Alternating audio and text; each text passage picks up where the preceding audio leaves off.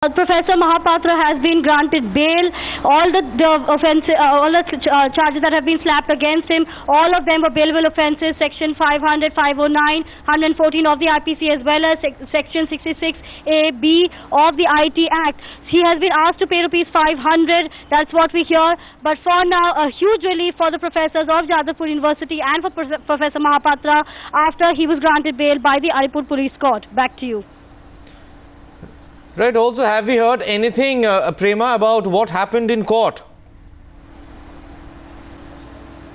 Well, what we hear is these were bailable offences, and the court, after looking at the various details of the case, has granted him bail. For now, huge relief for the professors, for Professor Mahapatra himself, but the professors of Jadavpur University are condemning this particular arrest of Professor Mahapatra nonetheless, and will be holding a protest rally sometime from now. But a huge relief after the court has observed that he has got bail, and all the charges that were slapped against him were bailable offences. Back to you. Right. What do we know about the observations of the court, Prema? Well, the court made several observations, even though all the various charges that were slapped against him, one of them being insulting a minister, that was Section 500, and the other sections which followed. The court observed that right now he is being given bail, also considering the fact that this email was something he received from a neighbor of his. So the various grounds which the various leaders at the court looked at and observed that right now he has been granted bail. Back to you.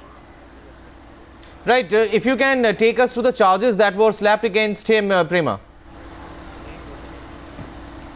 There were various charges that were slapped against him, one being Section 500, Section 509 and 114 of the IPC, as well as Section 66A Part B of the IT Act. What we know is Section 500 was a section under which he was charged, which is insulting a minister of the state. A second, which is Section 509, is also insulting or intending to insult a lady. So that is the other section that was slapped against him, and of course Section 66A Part B of the IT Act.